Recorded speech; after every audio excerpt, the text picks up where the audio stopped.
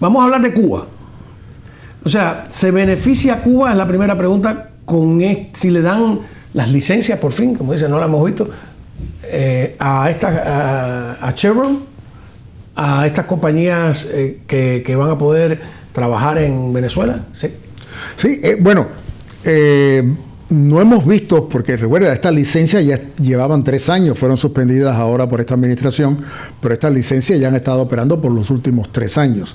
En las licencias que cancelaron, no existía ningún arreglo para que Venezuela, por ejemplo, no le pudiera suministrar petróleo crudo. Pero no hubo una vez que monitorearon los barcos y al final sí, no... pero es muy fácil para los barcos evadir el... Se llaman barcos fantasmas, que de pronto apagan todos los satélites que los pueden seguir y aparecen y desaparecen. Así como se llevó todo el crudo para Sudáfrica cuando estaba aquel famoso embargo de petróleo para Sudáfrica. Sí. Aquí un tanquero te puede desaparecer de pronto del mapa, sin ningún problema. Porque creemos que la tecnología es tan grande que puede, claro, quien ha volado por encima del océano Atlántico se da cuenta, yo lo he hecho en avionetas y todo, que es la inmensidad del mar, ¿no? Te hubiera dado un sitio web que tenemos nosotros para que tú veas, que enseña todos los tanqueros que están en el mundo y es increíble. Sí. Pero moviéndose, es decir... Sí, pero estos tanqueros quieren ser localizados para una emergencia. Pero si tú quieres no ser localizado... apagas. Pero es que para tener un seguro, por ejemplo, de Lloyds, los operadores de los navieros tienen que tener esos aparatos encendidos. Si no, si tienen un accidente, Lloyds de Londres no te va a pagar el seguro. Por cierto, fueron donde empezaron los seguros. Los seguros, la idea del seguro empieza ¿verdad? Con las navieras en Londres. Sí. Así que es tremendo. Pero bueno, si Cuba se... Mira, a mí me extraña mucho. Yo pensaba que con este aumento de más o menos 300, 400 mil barriles más que iba a tener PDVSA en los últimos 2 o 3 años, que íbamos a ver un aumento de envíos de petróleo a Cuba. No lo hemos visto. Bueno, porque está compensado con lo que están mandando. Con lo que están mandando de México. De Rusia, por ejemplo, que pensábamos que iba a recibir mucho más petróleo y que hicieron varios anuncios, no hemos visto en realidad. ¿Y cómo ustedes no hemos visto? ¿Cómo ustedes saben eso? Porque tenemos sitios de monitoreo, hay sitios, principalmente 3 de ellos, que siguen todos estos tanqueros por aunque sean fantasmas. No con los fantasmas. Ahí sí que, por lo menos nosotros no lo tenemos. Si la CIA lo tiene, eso es otro. Pero los servicios de monitoreos comerciales, en los cuales tú o yo, en el caso mío la universidad, puede pagar la prima anual para tener esa suscripción a esos servicios, son solamente aquellos tanqueros que tienen sus sistemas de monitoreo encendidos, ¿no? Ahora, imaginemos que le llegan 28.000 de Venezuela, 20.000 de México, estamos hablando de 48.000, que casi igual a los 55.000 barriles de petróleo diario que en su momento dado le llegó a dar Venezuela. ¿Cuánto necesita Cuba? Hoy en día 110. Necesita 110. ¿Por qué? Porque hay mucho que... No, porque lo necesita, por ejemplo, número 1 es el diésel, que es muy importante para Cuba, no solamente para los grupos electrógenos, pero también todo lo que es el sector agrícola, etcétera. Así que el diésel es muy importante. Necesita 110 barriles de combustible. Correcto, 110.000 barriles de combustible. 110.000. De los cuales reciben petróleo, que lo procesan en Cienfuegos y lo procesan también en la refinería de La Habana para entonces producir los combustibles que ellos necesitan. Pero principalmente necesitan diésel. En gasolina están bien porque Cuba consume muy poca gasolina comparado con Guatemala o República Dominicana, por ejemplo. Tiene muy pocos carros, ¿no? Porque tiene la flota vehicular es muy pequeña. Necesita fuel oil, que es el que necesita la industria antillana de acero, los centrales azucareros, la misma industria eléctrica, los grupos electrógenos, las patanas turcas que tienen ahora en la Bahía de La Habana, esa fusión con fuel oil, necesitan el fuel oil. Así que ellos tienen que sacar de su bolsillo suficiente dinero a gas LP.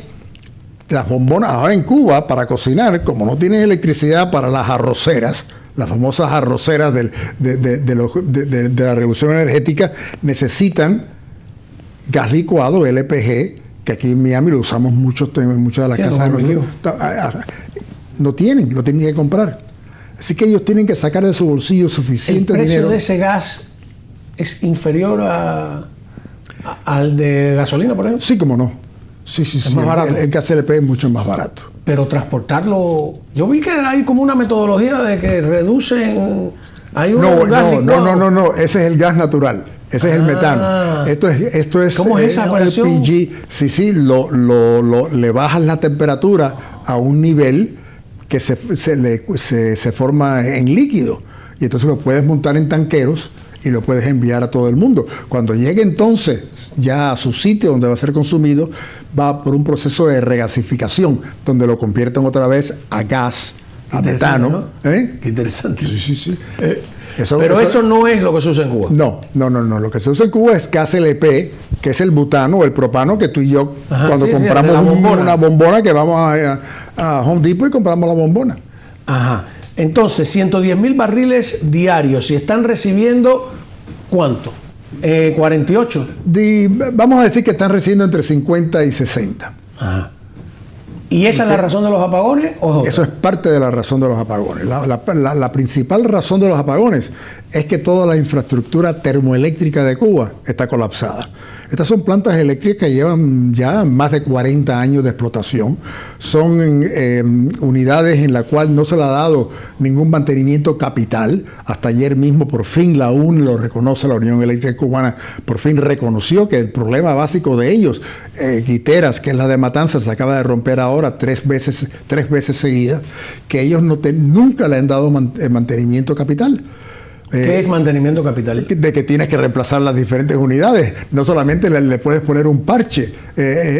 Necesitas 4 llantas nuevas. No cogerle el ponche. No coger el ponche. Ya llegó el punto.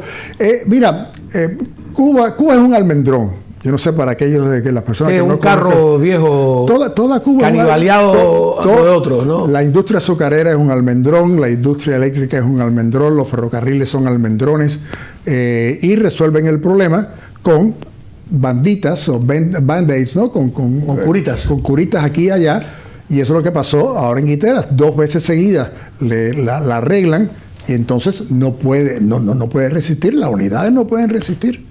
Ajá. Entonces, a ver, es una pregunta básica. Esos tanques enormes en la bahía de Matanza que se incendiaron, ¿se han repuesto? Están trabajando, se está terminando uno de esos 4 para almacenar petróleo crudo.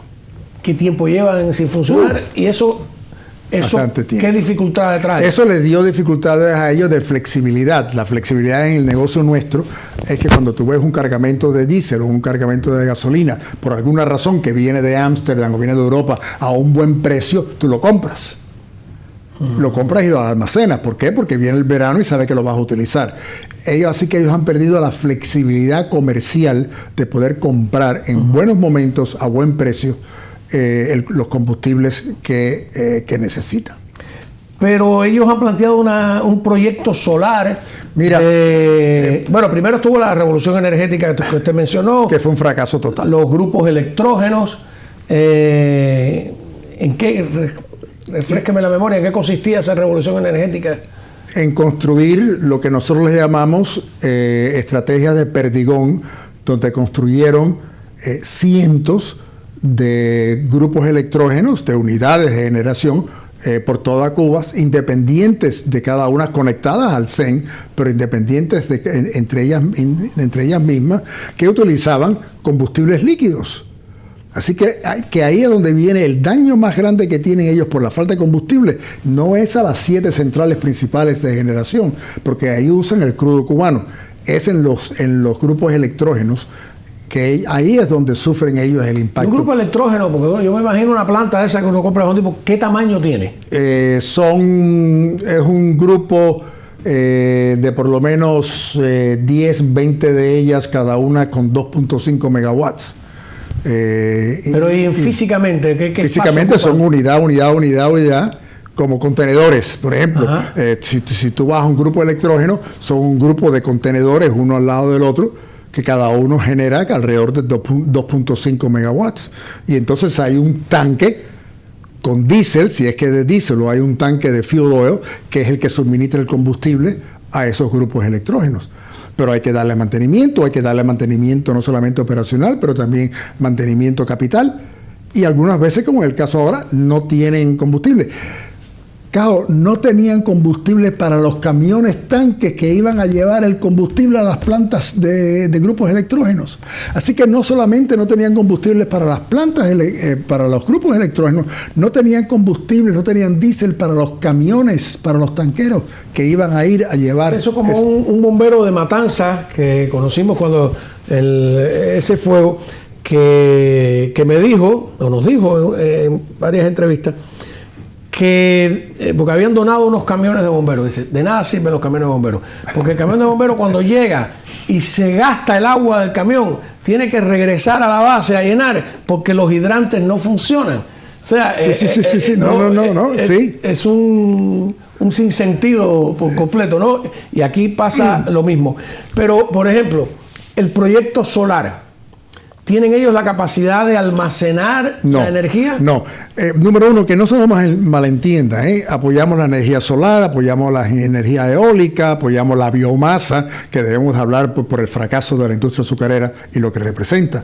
Pero el problema es que la energía solar que ellos están presentando hoy en día, una vez más, vuelvo otra vez, es una escopeta de perdigón. Está construyendo estos pequeños parques solares de 21.8 megawatts por toda la isla.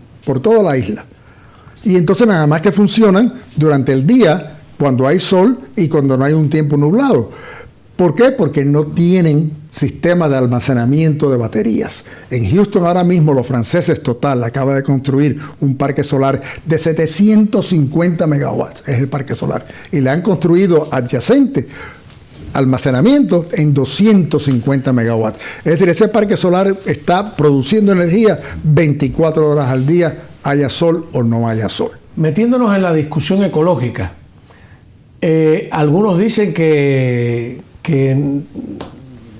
también son contaminantes porque esas baterías...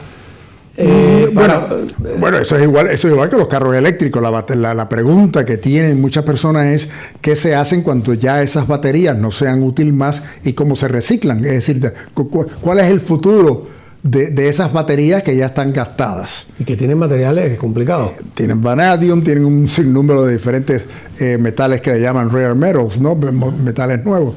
Así que sí, la pregunta no solamente para eso, la pregunta es también para los carros eléctricos que vemos hoy en día, ¿qué se van a hacer con esas baterías en un futuro?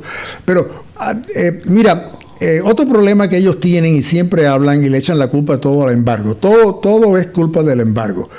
Hay un proyecto en el Central Ciro Redondo, en Ciego de Ávila, en el pueblo de Pina, en el cual se construyó una planta que pagaron los chinos $186 millones para producir 65 megawatts de electricidad usando bagazo. ¿Esa es la biomasa? Esa es la biomasa. Quiere decir que la destrucción de la industria azucarera cubana... Y ahora está esa planta sentada ahí quemando marabú, porque es lo único que pueden quemar. En el plan 2030 de la UNE, ellos tienen un plan de tener 500 megawatts de biomasa. ¿Cómo vas a tener un plan de 500 megawatts de biomasa si no has reconstruido y recapitalizado la industria azucarera cubana? Y la industria azucarera cubana no solamente es bagazo y azúcar, es también etanol. ¿Cuántas veces en Brasil ya se usa el etanol 100% en muchos de los coches? Aquí lo usamos nada más que a un 10% de mezcla con la gasolina. Pero mañana la caña de azúcar en Cuba es azúcar, es etanol como combustible para vehículos y es biomasa para electricidad como el bagazo. El bagazo, el 16% de la electricidad de Brasil viene del bagazo. Las oportunidades... Es decir, que vuelvo a ver, porque esto es muy importante y yo no lo había escuchado nunca, esa relación tan importante, porque había una época que decía, sin azúcar no hay país. ¿Te acuerdas? ¿Cómo no? ¿No? Y luego está el famoso libro de Moreno Fraginal del ingenio, y después escribió otro más, él se inventó ese término de la sacarocracia, ¿no? Al destruir la industria azucarera, ¿afectaron la industria eléctrica? Eléctrica y los combustibles. Y los combustibles. Y combustibles limpios. Y el azúcar, no. Es que hoy en día, como tú dices, el azúcar es el país. No, la caña de azúcar es la que es el país. Porque, y añade a eso el alcohol. Añade a eso que también es combustible. También que es combustible, pero el alcohol para tomar, me refiero a los rones, por ejemplo, sí, no solamente el etanol. Pero, es decir, la caña de azúcar hoy en día, ¿pero qué? No tienen tierra. La tierra no le pertenece a nadie. El guajiro no quiere cultivar, no quiere trabajar. Han arruinado. No, y afectaron, no tiene nada que ver con la economía, pero afectaron también la cultura, porque la cultura cubana se forma en torno, con sus lados negativos y positivos, la esclavitud, ya sabemos todo eso, a la caña, al café. En el campo. Y al tabaco. Y al tabaco. Sí. Entonces, se ha quedado como una caricatura nada más de el tabaco y el ron, como que lo maneja la élite, el de más calidad. No. Ahí vimos que le llevan a Díaz-Canel se va a Bielorrusia, le lleva a Lukashenko una caja de tabaco y otra de ron. Es una carta de presentación hueca, en cierto modo, hoy por hoy. Pero la energía solar no va a salvar a Cuba. Otra cosa, y tú estás en los medios de comunicación, es tu trabajo. A mí siempre me sorprende cómo ellos de pronto presentan estos grandes proyectos como si en realidad va a ser la solución al problema. Y si tú ves los comentarios que hacen los cubanos hoy en día, están porque pensaron ellos que cuando iban a construir estos parques solares iba a resolver el problema de la electricidad. No, porque les ha funcionado vender una ilusión mágica, tan mágica como yo creo que anda por aquí esa persona que era arquitecto y que su gran obra que había reconstruido una cafetería que se llamaba, creo que Casalta, ahí en la Quinta Avenida, algo así. Tremendo. Le oí decir una estupidez una vez tan grande como que se lo oía a mucha gente, que el Festival Mundial de la Juventud y los Estudiantes en el año 1978 iba a resolver los problemas de Cuba. O sea, le hicieron tanta propaganda a ese festival y canciones y esto y lo otro, que hubo gente que llegó a creer, gente supuestamente inteligente, que llegó a creer que iba a haber un cambio a partir de ahí. Y yo decía, pero ¿por dónde? ¿Qué sentido tiene eso? Entonces se siguen vendiendo esas bolas de humo, ¿no? La zafra de los 10 millones. Esa era otra locura. ¿Te acuerdas? Sí, de que van, los 10 millones. Increíble. Es increíble. Y miren la situación, desafortunadamente para los cubanos que están allá, en la situación en que están hoy. Ayer fueron 1.900 megawatts de déficit. Eso ¿Qué significa 1.900 megawatts? Representa el 50, más del 50% del consumo nacional. Es decir, tienen un déficit de más del 50% del consumo. Sí, cómo no. Usted ha dado varios titulares hoy aquí. No. Tengo que ir apuntando, ¿no? Es una situación crítica.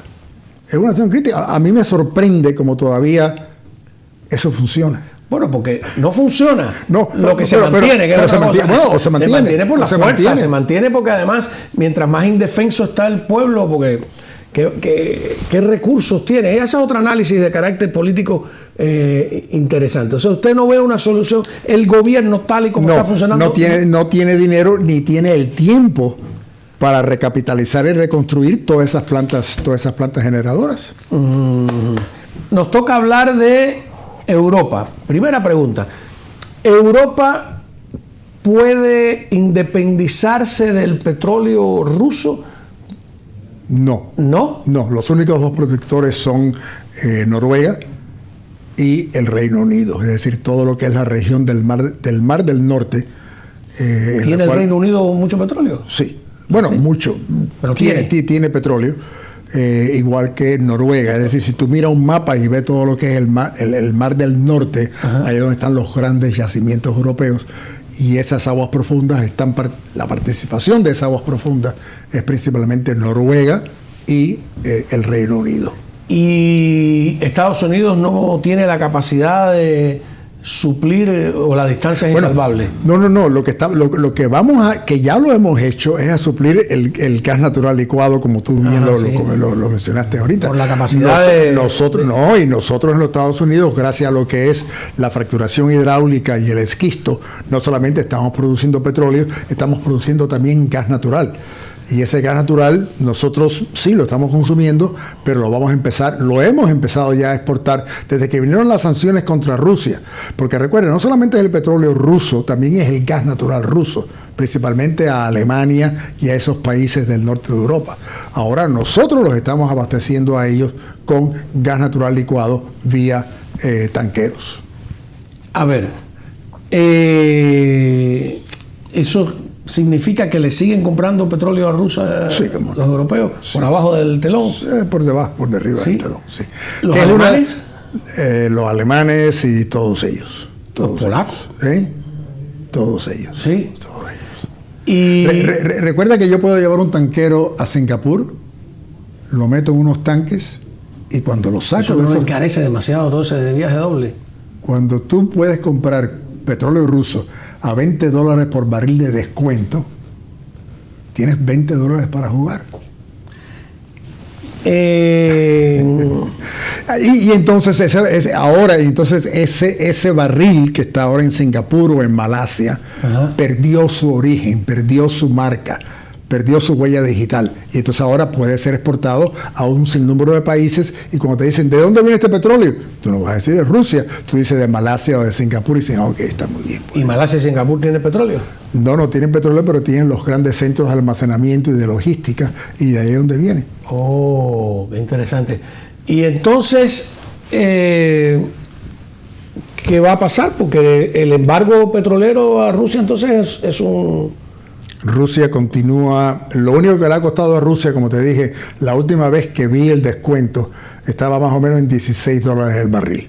Es decir, si tú quieres comprar un barril ruso hoy en día, pagas lo que es Brent, y entonces le descuentas $16, debe ser más ahora, y ese es el precio, lo que te cuesta ese barril. Así que India, por ejemplo, India está comprando petróleo ruso bastante. China también, ¿no? China también. Porque lo están comprando a un... China no tiene mucho petróleo, ¿no? No, para que tú veas. ¿Un territorio tan grande? No. ¿O es que no lo han descubierto? No, la geología no... ¿Qué tiene que haber en la geología para que haya petróleo? Ay, ahora sí. Muy complicado. Muy complicado. Sí. Cuba, por ejemplo. Cuba, ¿te acuerdas en el 2010, 2012, cuando entraron un número de compañías europeas a perforar en aguas profundas al norte de La Habana y al norte de Artemisa y de Pinar del Río? Porque se pensaba en aquel momento, y todavía se piensa, que hay entre 3.000 a 4.000 millones de barriles de reservas en la plataforma insular. En la plataforma insular entre Cuba y los Estados Unidos. Hay una discusión, Cuba quiere extender su propiedad sobre el Golfo también, ¿no? Hasta dónde llegan las aguas jurisdiccionales. Pero hoy en día esos riesgos no se están tomando porque tienes a Brasil, tienes a Guyana, tienes otros tantos lugares donde ir con mucho menor riesgo. No solamente riesgo económico y riesgo político, pero riesgo técnico y geológico. Muchas personas piensan, yo sé que hay petróleo aquí, voy a taladrar y lo voy a encontrar. No. Yo, desafortunadamente, personalmente, he sido responsable en proyectos en los cuales hemos gastado cientos de millones de dólares, y los geólogos nos decían, no te preocupes, aquí está el petróleo, y no lo estaba. Y viene después una compañía como Hess, eso nos pasó en Colombia. Ajá. Nosotros estamos a un lado del río Magdalena, viene Hess, vendemos todas las propiedades nuestras de Colombia, nos vamos de Colombia, nos costó $1 millar. Viene Hess y compra las propiedades y va al otro lado del río Magdalena y perfora. Y encuentra petróleo. Ahí, ahora, pensando en los ecologistas, sacar petróleo al lado de un río no es peligroso para el río. No, porque hoy en día son perforaciones extremadamente profundas. Tienes la perforación horizontal, que es lo que hace Cuba, por ejemplo. La producción de Cuba hoy en día está como a 2 o 3 kilómetros en aguas someras, en aguas costeras, pero el taladro está en tierra. Cuando tú pasas por la Vía Blanca y vas de Varadero a La Habana, tú ves todos los pozos y todas las plantas perforadoras en tierra. ¿Eso estaba antes de la revolución? No. Eso, no, porque de repente yo recuerdo de niño ver en Guanabo. En los años 70, principios de los 70. Bueno, había alguna, pero los grandes yacimientos, como el de Varadero, por ejemplo, fue descubierto por los rusos. Pero ahí viene la pregunta. ¿Qué vale más? ¿La playa de Varadero con su arena fina y su agua transparente o el petróleo que pueda echar a perder esa riqueza turística? Le estás haciendo la pregunta a un petrolero que tiene que tener cuidado. Hoy en día, y recuerda que una de las empresas con que yo trabajé, BP, tuvimos un accidente en el Golfo de México que fue catastrófico. Esos son pozos horizontales, son pozos que no se perforan en alta mar, que se perforan en tierra y van primero verticalmente y entonces cambia el taladro y va horizontalmente por 2, 3, 4 kilómetros hasta que llega al yacimiento. Así que toda esa distancia está segura porque es bajo tierra, es decir, no hay ningún problema de contaminación. Así que es mucho menos la contaminación hoy en día, la posibilidad de contaminación. Una duda que yo tengo, yo no sé, los que tienen más o menos mi edad, les debe haber pasado, en La Habana por lo menos sucedía. Tú te bañabas y salías embarrado de petróleo o de chapapote. Esos eran los barcos. La pregunta, decían, ¿esos son los barcos que indiscriminadamente limpiaban las calderas? ¿O era la extracción? No. En Cárdenas, en mi pueblo, desde los tiempos de la colonia, habían áreas donde brotaba asfalto y petróleo de la tierra. Era así, tan en la superficie que brotaba. Pero eso no pasa ya hoy en día. Eso no pasa hoy en día. Pero en aquel tiempo, ese chapapote que tú y yo no es. Ese que brotaba naturalmente, ¿usted dice? Sí, cómo no. Igual que la brea, el yacimiento de la brea en California, en Los Ángeles. Ve algún día para que lo veas. No, yo fui al museo de la brea, donde están los esqueletos de dinosaurios que quedaron perfectamente conservados por la brea por el petróleo, ¿no? Sí, eso brotaba. Y es tremendo porque los huesos, en vez de ser blancos, son oscuros, ¿no? Sí, pero ahí ha estado ese museo, esqueletos enormes, casi intactos de dinosaurios. Pero en aquel tiempo, principalmente, en realidad, eran aquellos tanqueros, no habían regulaciones, no habían leyes como la tenemos hoy en día, y limpiaban siempre sus tanques. Era del así, búnker. Sí, cómo no. Tremendo. Así era. O sea, que no es por la extracción. No. Entonces, la otra noticia que estamos esperando es qué va a hacer Arabia Saudita y la OPEC con su producción. ¿A reducirla o...? Estamos ahora en balance. Tú estás hablando de los precios de la gasolina y los precios del petróleo. Esa es la que nos falta. Estamos más o menos hoy en día alrededor de los $70 el barril. Subimos un poco porque hay preocupación en los mercados por nuevas sanciones que pueda Trump ponerle a Rusia. Pero estamos alrededor de los $70 el barril.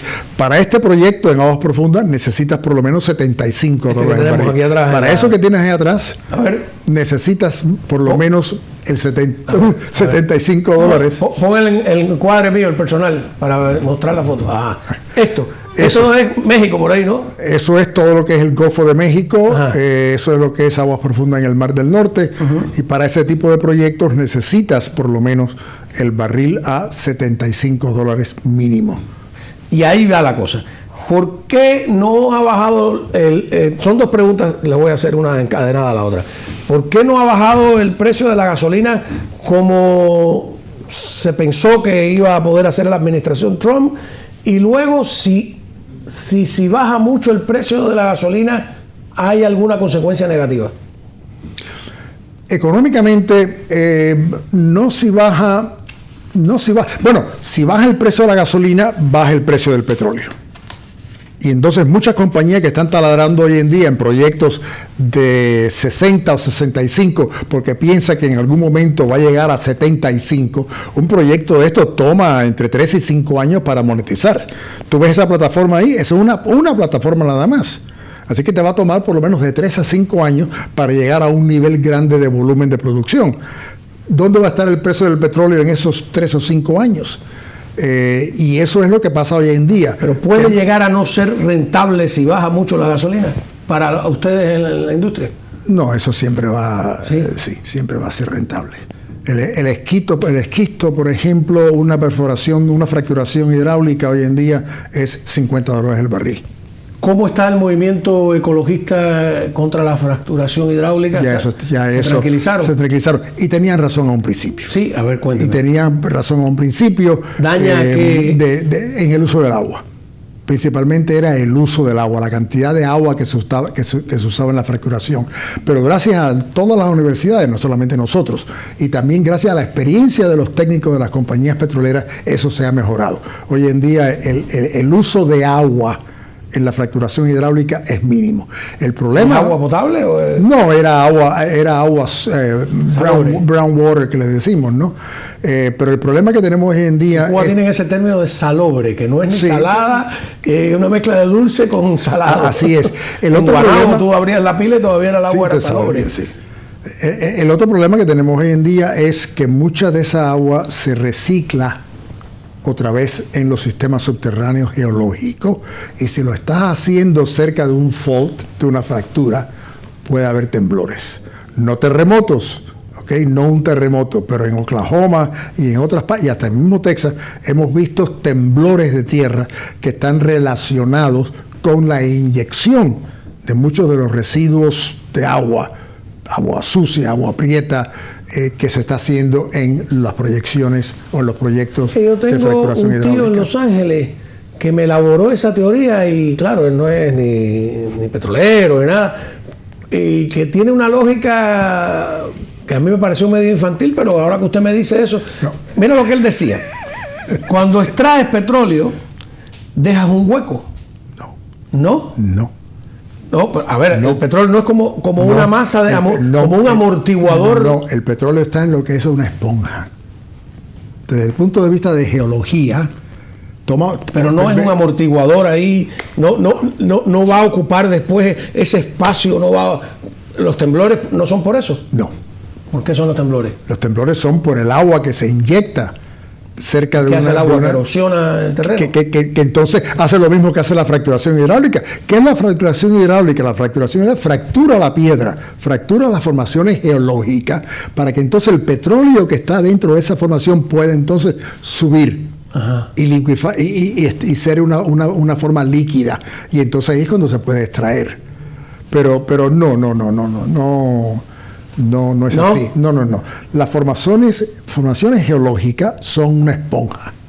Porque usted sabe que ahí es donde está el petróleo. Que en temas de terremotos o de temblores, en equipos de medición de temblores muy, muy sofisticados, han logrado medir que la tierra ha temblado en un estadio en México y en otro en un juego de fútbol aquí, donde todo el mundo en México fue un gol y aquí un touchdown, todo el mundo se paró a la misma vez y dio un brinco.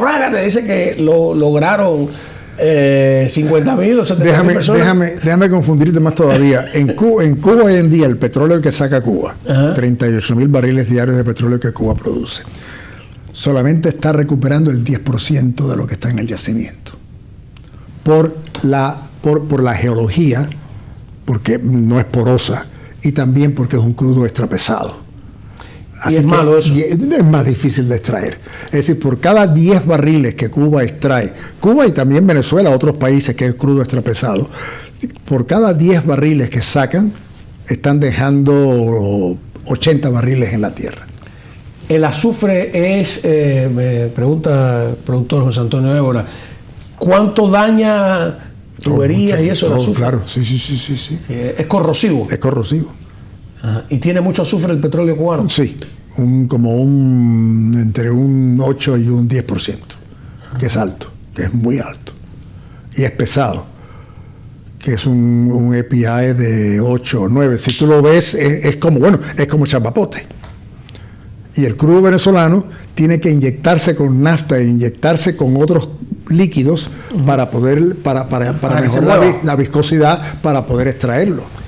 ¿Y en Estados Unidos cuáles son los lugares donde...? Bueno, hoy en día nosotros, es decir, Texas hoy en día está produciendo 5 millones de barriles diarios de petróleo. Nosotros producimos más petróleo que Irak, más petróleo que Irán, más petróleo que Kuwait, que los Emiratos Árabes. ¿Cuánto afecta la guerra con Irán el mercado mundial?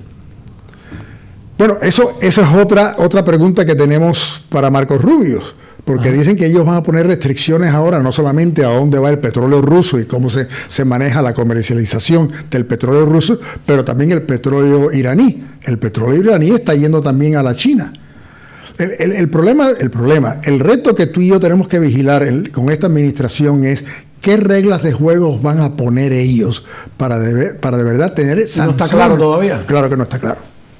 No está claro porque se está filtrando ese petróleo por todos lados. El petróleo iraní continúa saliendo de Irán, continúa comercializándose. El petróleo ruso y el gas natural ruso continúa comercializándose. Sí, se vende a un descuento, se vende más barato. Porque, no por Ucrania el gas, eso se cortó. Eso por Bielorrusia. Ah, claro. Y por el norte. Y también por el norte. ¿Qué se puede hacer? Nada, están construyendo 2 gasoductos muy importantes a través de Mongolia para llevarlo a la China.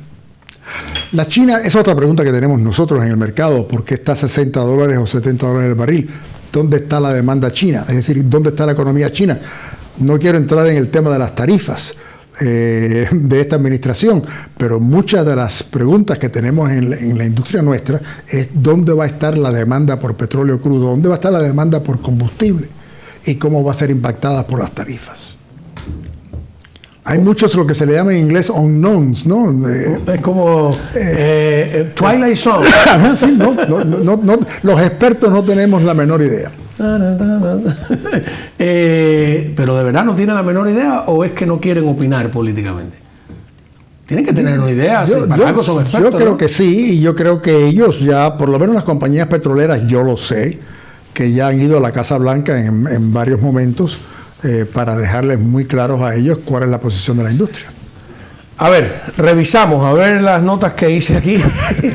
Sí, hay varios titulares que me parecen importantes, ¿no? No es solo Chevron quien estaría autorizado, aunque no han emitido las licencias, sino que hay al menos 5 compañías autorizadas.